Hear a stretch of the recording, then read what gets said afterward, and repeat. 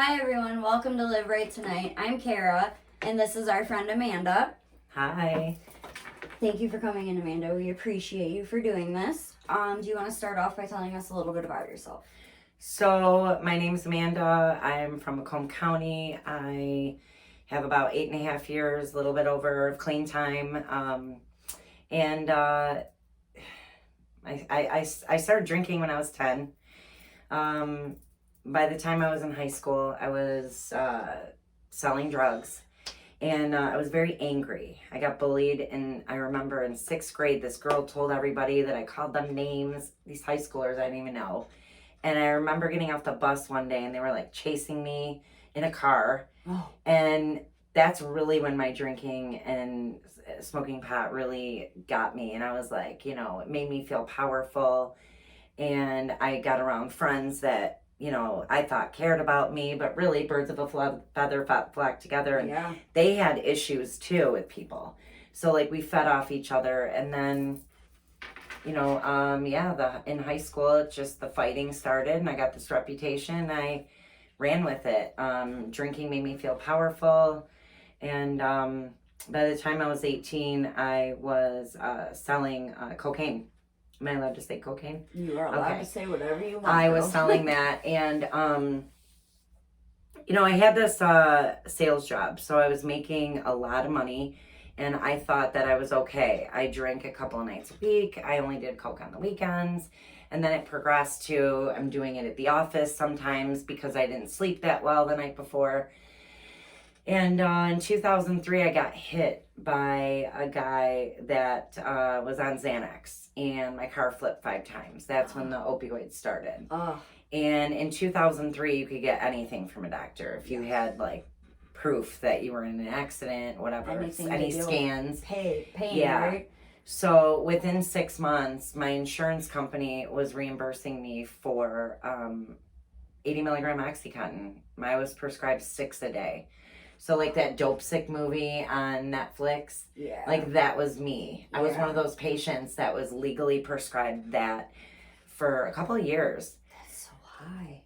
And I ended up getting, I got a DUI when I was 19. I blew under the legal limit, but I was 19. Right. So you technically get like an impaired. Okay. And then when I got into a second accident in 05, I got a second DUI because I was on my pain pills.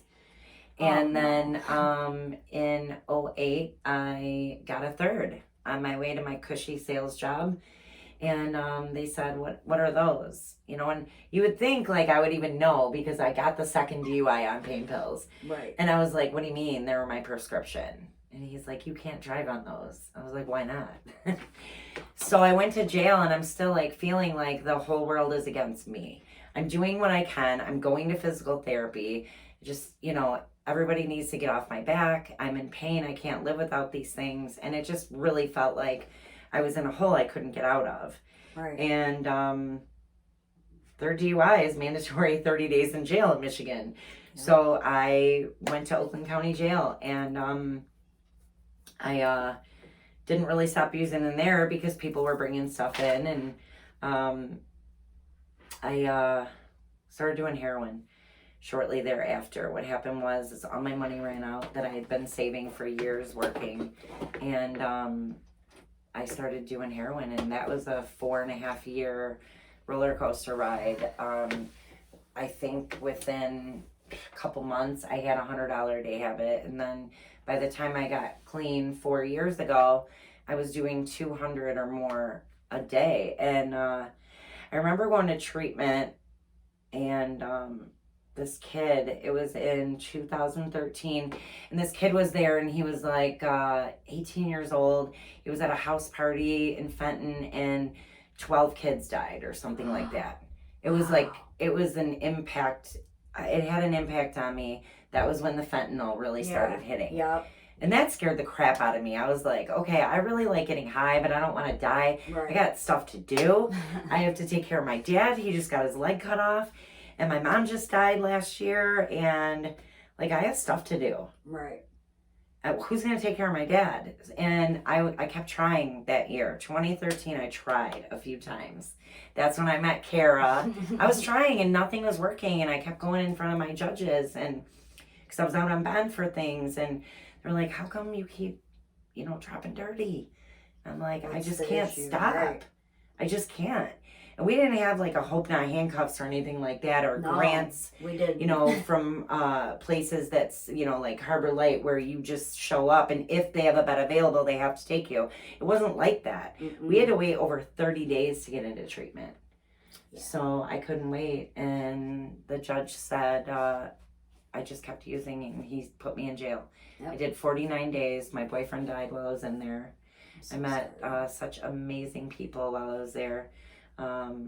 Good friend of mine actually gave me a 12 and 12 and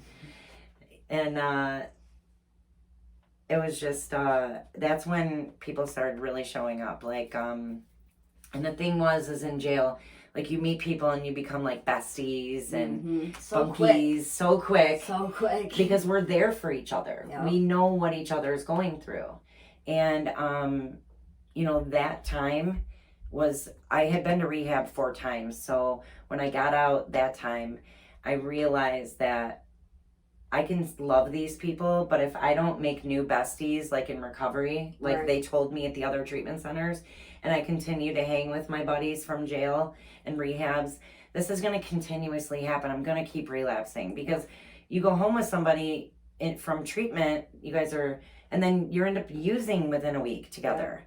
Because you form these bonds and you're exercising now together and doing coloring, whatever you do.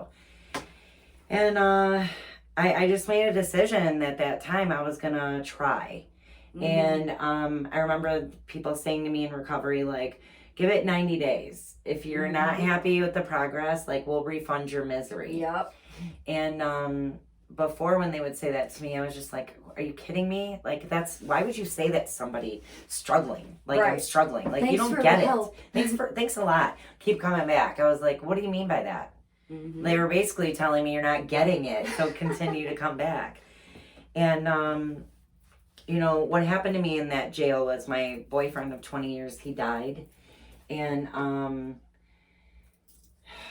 that was the first time in over 20 years that I actually cried. I didn't cry when my nephew got taken away because the drugs and the alcohol like masked everything. I may have cried a tad bit, but not like this, and I didn't like it. Yeah. I was like, thank God I was like sitting there and I couldn't leave. Right, you kind of you were forced to deal with that right then and there, not exactly running from it and then dealing with it. Exactly, I was forced, and I had friends that came in and brought me literature, and it was amazing. And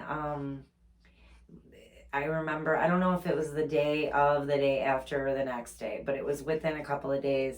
I remember them saying, anyone want to go to a Bible study? Line up.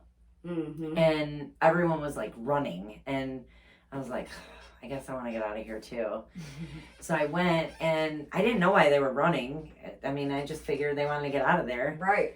And I wanted to get out of there. So I go to this Bible study, and I'm like, my head's down, I'm like sleeping, and all of a sudden they turn on this like CD player. I was like, what the hell? It was so loud. And anyway, I heard some things that I had heard as a kid mm-hmm. with my aunts and uncles at church, mm-hmm. which led me to think, because I do have a faith in God. Right. And by the way, I have friends who are atheists. I have Muslim friends. I have friends who do smart recovery. I have friends in recovery that do everything. And I'm not saying my way is the only way, but for me it is. Right. I just felt it in my heart.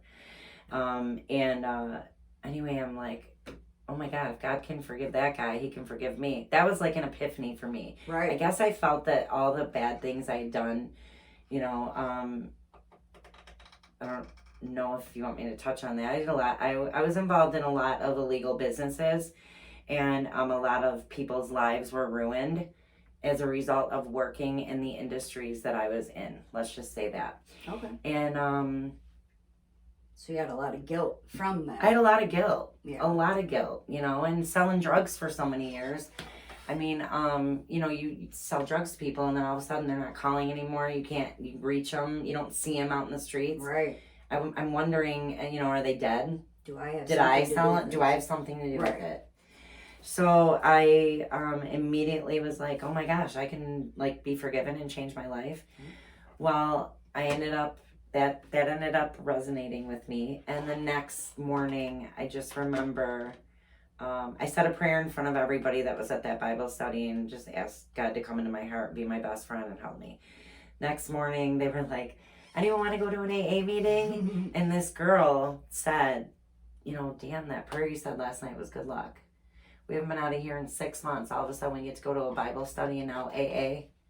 And I was like, all right, I guess I'm supposed to go to AA. And I went, I listened, I got the ladies' numbers, called them when I got out, and that's what I did from that moment on. When I got to treatment, I met with the therapist that day and said, I got to do things differently. I'm supposed to stick with the winners, which means people who are going to meetings, working steps.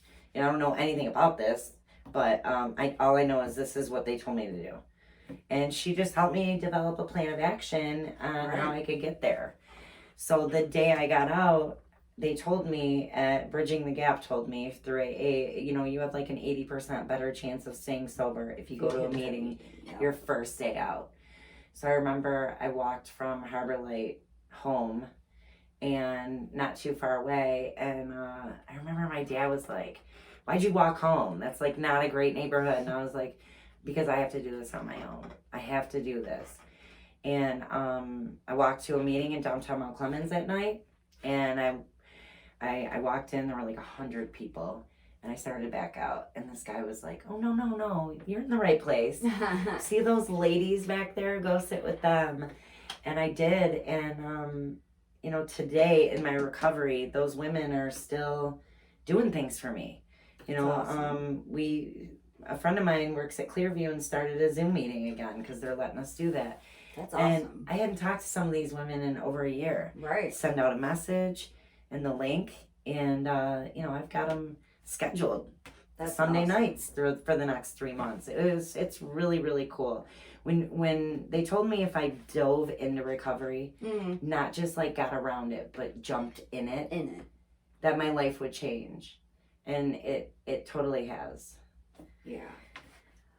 Thanks for sharing all that. My next question is, what you did mention, like people in the program being your support. How has having built your support system now affected you today, and how do you use it to keep you staying? Because you have a lot of clean time, so obviously there's things that you're doing daily to maintain that. You know what I'm saying? It is a daily maintenance program. I mean, if we're not willing to do that on a daily basis, and here's the thing, like, so my first 9 months, I went to one place every day, and I still go to that place for meetings here and there, but I also switch it up because I need to hear what other people are going through. I cannot just sit with the same people every day. However, I do have certain meetings I'm at every week. Like your home meetings. Yeah, my home group. So for me, I kind of had like, I called it heroin brain. Yeah. But I in the beginning I had to take all these, like I signed up for all these MSU extension courses at DHS for free, mental health first aid training, and I would be sitting in the back of the room and like listening to other people answer the question wrong, and I was like, stupid. That's a dumb answer in my head, right? And I'd be like this the whole time, and then they would call on me and my brain would just shut off. Now I feel like it was my higher power saying your ego needs to be like cut down. I had the biggest ego. But so from being around that club, it was the Yellow Club on Cass. Okay. These women, like, because I couldn't think. I wasn't retaining any of the big book or any of the NA book. I was trying both, and I was doing Christ-centered recovery in Mount Clemens on Mondays, and I just wasn't retaining anything but the life recovery. Bible, which was great to me, but I Yeah. felt like God told me to go to AA. So I just kept going and going. And my first sponsor had me, I was dropping 7 days a week. I was going to IOP 3 days a week. And my first sponsor still had me doing like 2 to 3 meetings a day. And as long as I was doing all those things, this team of women were picking me up every day, taking me to things. So that really showed me that that there is support. And it kept you plugged in at such a crucial time, because we all know a lot of people that go into jail come out of jail and do the same things. So Yeah, the I fact did that- a couple of times. I've done it too. Yeah, I mean, you would think sitting and holding for 2 days, detoxing with 12 people detoxing around you, everybody getting sick, using the same toilet, like that would be enough, right? But it's not. It's there. We have, I believe that I have a disease, and so if I had diabetes and they told me I had to take Right. insulin, I would take it. No But questions I would asked. no questions asked. I would if they told me I had anything and I had to do these things Right. to prolong my life and have a better quality life, I would do it if it was a medical thing. Right. So why not? It just clicked for me in IOP, really, the medical aspect of it. Yeah. That was big for me too, to realize that that I have a disease, a sickness, a disorder. It changes on all the time in the medical Depends on journal, who what you they ask. say and who you ask. But I have to take medicine for it, and I'm very, very involved. I will say this: I do not have children. I do not have a husband. And people will be like, well, I have a family I have to make dinner for. I have a hospital bed in my living room. Like, I've been taking care of my dad since minute one. And, I mean, you have. he just started, like, accepting that I have to do this on a daily basis after I was, like, 6 years sober. And he was not accepting of that. So it was constant bickering in the house. And it was tough. Yeah. It was tough, but I wouldn't have been able to do it without the support system, the women in recovery. And the biggest thing was, they told me to women stick with women, men stick with men. Yes. And I had a couple of rehab relationships. So the last time I was like, I'm sticking with women. I'm sticking with women. I'm sticking with women. I'm not. And any meeting that I went to that I was like, oh my God, there are so many hot guys here. Here's the thing, I was 35, and the girls I was with that had clean time, they were like, Amanda, that guy's like 20. I was like, dang. I'm really sick. And then I would be like, okay. So, Be serious. that's when I was like, I gotta start hanging out with like the old timers. Yeah. That's it. Yeah. I'm not hanging out with anybody who's not married, and I'm not hanging out with them anyway unless their wife's with me. And I had to do that because my life prior to coming in, I filled that gaping hole in my heart with everything. Yep. Men, drugs, money. I had to take every single thing that I used to fill that hole and just like put it away for a while until I could figure out how to do those things in a healthy way. Mm-hmm. And even drugs. Like, I had to figure out how to eat Tylenol in a healthy way, Yep. responsibly. Yep. So, yeah, that was it.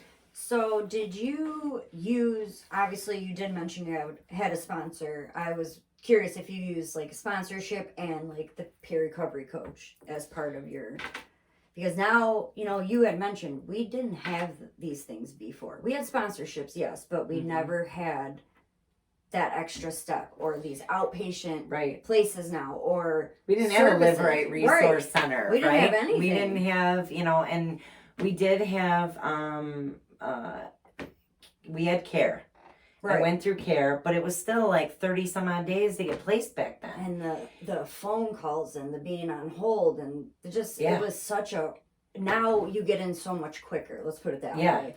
Yeah. And Hope Not Handcuffs, that was never a thing. Now look at everyone. Right. You know, Right. it's just, it shows you how not only did the whole drug use, you know, it's gotten progressively worse over the years, but now Mhm. it feels like people are starting to notice. More so Yeah. than they did before, you know. Well, and that's the thing is we gotta like break this stigma. You know, we have to educate people, and I think we're doing Trying. the world. I think we're doing a great job of it, right? We've got a lot of different resources in each county. I did, so in the beginning, they told me to get a sponsor, a home group. Yeah. I had one at each fellowship, just in case. And even my NA sponsor was like, I think you retain more at AA. I just did. So, and she did both. But I had a peer recovery coach. I had, and we would do, it was crazy because back then, the way the grants worked, like I was going to all my meetings it was like 2 weeks. And then my peer recovery coach was told by her bosses that she had to close my case because I was doing everything I was supposed to be doing. They felt that she couldn't offer me anything. But they did have like a one group a week for 2 hours that everybody from the past would go to, and all the peers, and we would just sit there and break things down on a chalkboard. That was so helpful. Yeah. And it was cool. We all put our names and numbers down that day, and they would, give us each other's phone numbers, so we would develop support that way. Awesome. And that gave me the idea, as well as I don't need to just use my newcomer packet at a meeting with numbers. Like, the more numbers I get, the better off I'll be. Mm-hmm. And it was cool how they did it too, because they would say, do you drive? And we would put yes or no, and they would say, where do you live? So that was the thing. I don't drive, but I'm in Mount Clemens. And then there would be another lady on there. Yes, I drive, and I'm in Clinton Township. And at the end of the meeting, they would be like, is anyone willing to pick up in Mount Clemens? So I feel like that got me really into, okay, this is a team effort. Yeah. And so, I had a sponsor, I had a home group. I got service positions right away, making coffee. Wasn't ready to do much else because my brain wasn't computing. And I think sometime around 6 months sober, I realized that I was okay enough to get a real job. Yeah. I was doing things on the side, dog sitting, my dad was even paying me to clean my own house for him.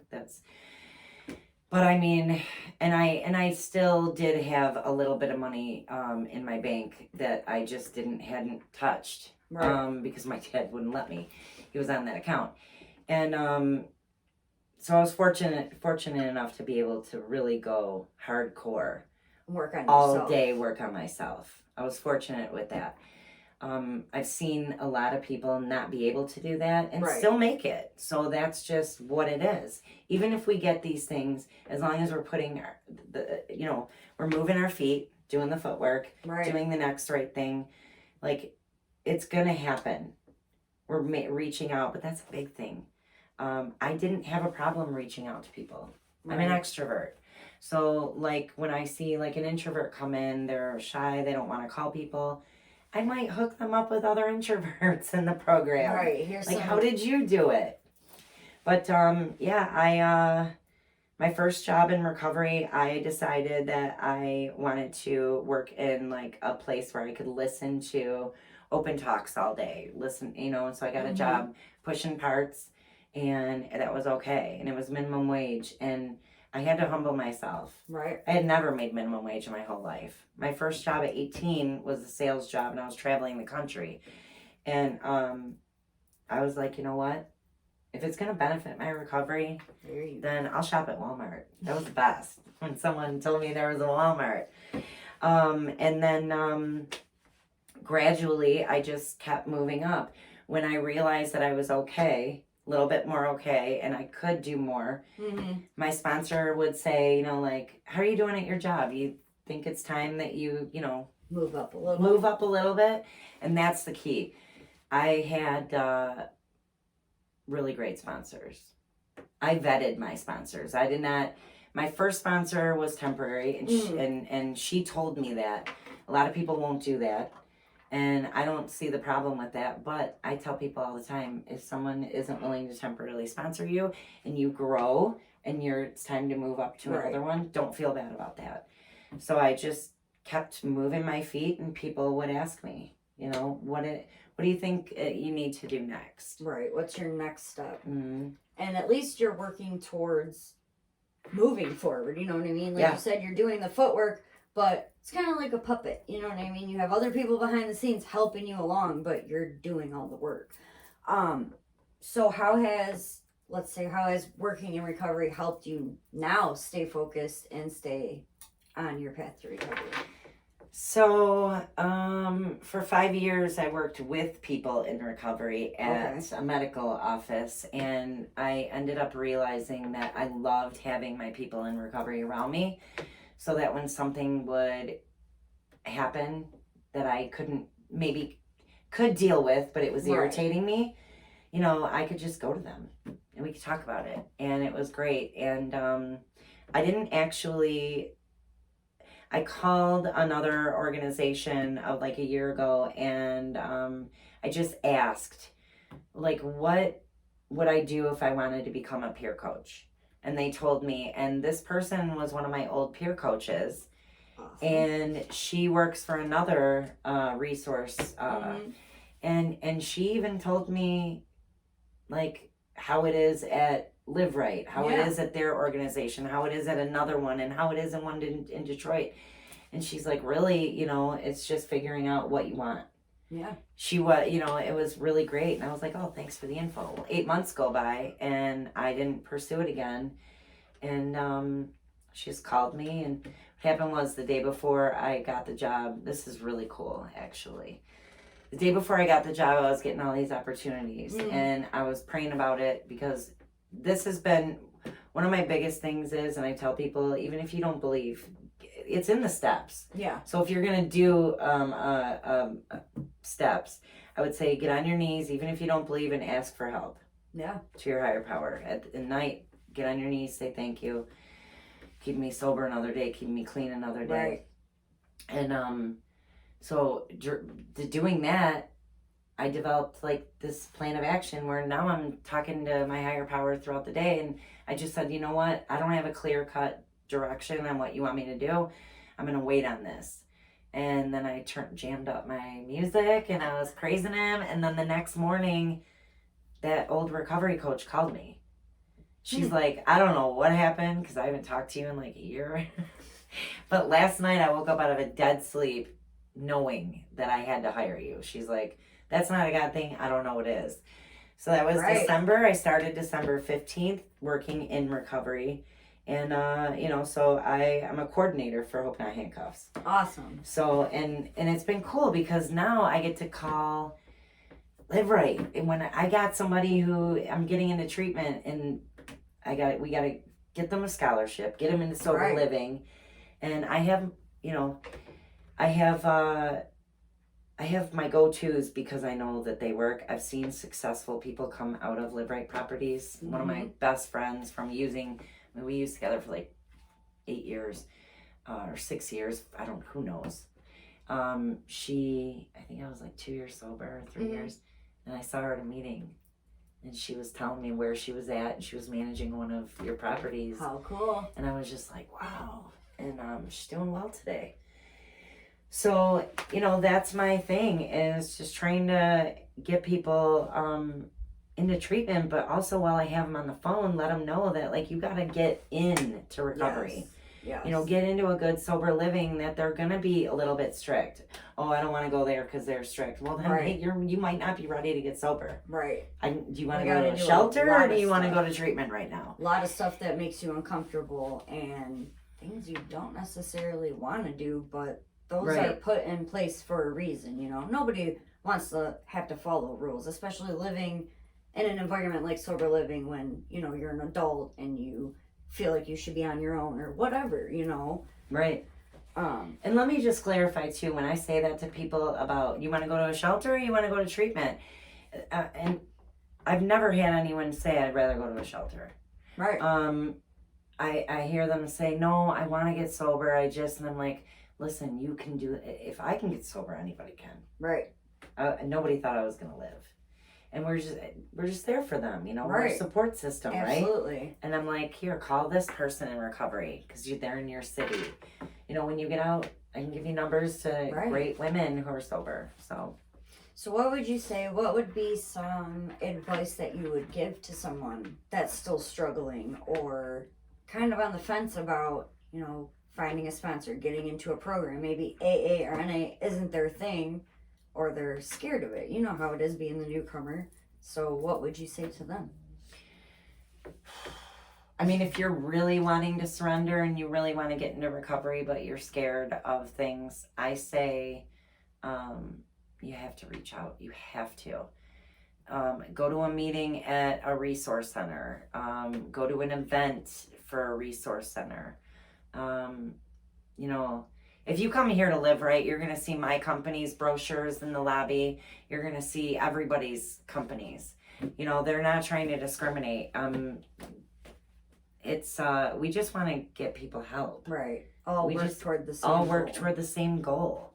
And that's the thing. You got to reach out though, because I'm 8.5 years sober, and I've seen a lot of tragedy in recovery. You know, I've seen people with 20, 30 years that were scared to tell somebody they were struggling, and they're not here anymore. And that's sad. We don't really understand how final death is. Right. Like when I was using, I was like, I hope I die today. Right. Don't care. Take me out. It could end right now. But then when it came close to me overdosing, I was like, oh my God, I hope I don't die. You know, I didn't really want to. It just felt like that would be an easier option because of all the crap I was dealing with. Right. And my advice is, you got to get comfortable with being uncomfortable. If it feels uncomfortable, it's probably the best thing for you. Mm-hmm. And you're gonna go to a meeting. You're gonna just try it. And they told me try it for 90 days, and if you don't like it, we'll refund your misery. But they also say things nowadays like, if this program isn't for you, you know, go to a couple. Yeah. If it's not clicking the literature, that's a big thing though. You got to read the literature. Mm-hmm. You have to read the literature, and you got to talk to, I would say, at least 30 people in the program before you can really actually say that particular program is not for you. Right. And sometimes we just need to clear out from all the substances that we've been putting in our body for so many years. Right. That detoxification process isn't just a week or two. You know what I'm saying? It goes far beyond that. It took me months to recover from not only just the physical, but the emotional part of, now I got to deal with all this baggage now that I'm not numbing myself anymore, you know? Well, and here's the thing with that is I'm hoping that people not just in early recovery are watching this, but that people in recovery that have clean time, because yes, and long term is what, 5 years or more? Is that what they consider long-term sobriety? That's what they say. What they say. So people with long-term sobriety, or a person in long-term recovery, or a person starting out in recovery, I'm noticing a lot of people lately are struggling with years of sobriety. A lot of people. We've got a lot going on with our economy. We've got a lot of uncertainty in the world. Yeah. And there's a lot of fear, anxiety, all that stuff. And we have to talk about it. It's not a weakness to say that you're struggling. Right. It is a strength. It's a strength to go to a meeting and say, I'm not doing well. Right. Because maybe somebody else at that meeting is struggling with the same thing that you're struggling with, and they need to hear that. Yeah. How many times have you gone to a meeting and everybody's like, oh, step 3 for me was amazing, and I just gave it all up to God, and I say the 3rd step prayer every morning, and he just takes care of me, and my life is wonderful. That happens. Yeah. You know, and sometimes, you know, I remember when I finally told people, I was 6 years sober, when I said, I feel like I want to die today. And everyone was like, what? I did not know you were feeling that. Right. And I was like, I don't know why. It's been like 2 days I've been feeling like that. And I told on myself. And it was the best thing because I had my support system. And then every day for like a couple of weeks, people would be like, what meeting are we going to tomorrow? It was great. That's awesome. Well, I do appreciate you coming in. It was great to see you. Thanks for having me. It's great seeing you. Kara and I go way back. Way back. Yes. You look wonderful. Thank you. As zero. Yeah. Congratulations on your 8.5 years. Well, thank you so much. Thank you. Thank you for coming in, and thank you for tuning in, guys. Bye. Bye.